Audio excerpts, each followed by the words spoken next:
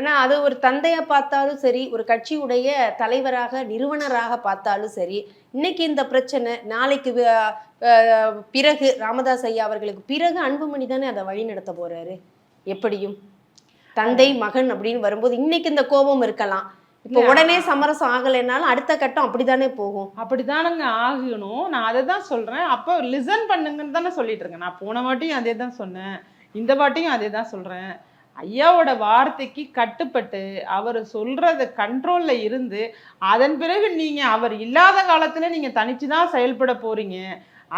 அது வரைக்கும் நீங்க அவர் கட்டுப்பாட்டுல இருக்கிறதுல தவறு இல்லைங்கிறத தான் நான் போன முறையும் சொன்னேன், இந்த முறையும் சொன்னேன், எப்போதுமே சொல்லுவேன். இந்த காலகட்டத்துல போய் இப்படி நடந்துக்கிறாங்க அப்படின்னா நம்ம யாரை குறை சொல்றது? பொறுத்து தானே போகணும்பாங்க யாரா இருந்தாலும். நீங்க சொன்னதுதான், நீங்க அடுத்து நீங்க தான் நடத்த போறீங்க, அடுத்து உங்களுடைய கீழே தான் எல்லாமே இருக்க போகுது. அப்ப அது வரைக்கும் அவங்க கண் பார்க்க அவங்க சொல்றதை கேட்டுட்டு போங்களேன். உருவாக்குனவங்க அவங்க தானே, அவங்களுக்குன்னு சில வழி இருக்கும்.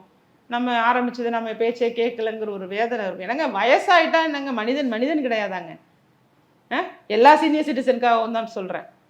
எல்லாருக்கும் வயசாகும்ல, எனக்கும் ஆகும், உங்களுக்கும் ஆகும், அப்போ அவங்களுக்கும் ஆகும்ல. இப்போ வயதாயிட்டா அவங்க எக்ஸ்பைரியான ஒரு மாத்திரையை தூக்கி போடுற மாதிரி நம்ம அவங்கள நடத்த முடியும்? வயசாகும் போது அவங்களுக்கு வேல்யூ அதிகமாகுதுங்க. அவங்களுடைய அனுபவம், அவங்களோட ஒட்டுமொத்த அனுபவமும் நமக்கு ரொம்ப மிகப்பெரிய அசட்டா நினைச்சுதான் அவங்கள பயன்படுத்தணும். வீட்டில் உள்ள முதியோர்களாக இருந்தாலும் சரி, எங்க இருந்தாலுமே அவர்களை நம்ம பின்தொடர்வதில் எந்த தவறும் கிடையாது. அறிவியல் நுட்பங்கள் வளர்ந்துருக்கு.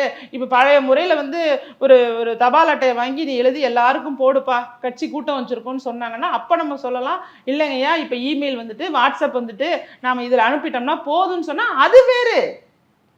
அது டெக்னாலஜி டெவலப் ஆயிட்டு அப்படிங்கிறத ஒரு சீனியர் சிட்டிசன் சொல்றதுங்கிறது வேறு.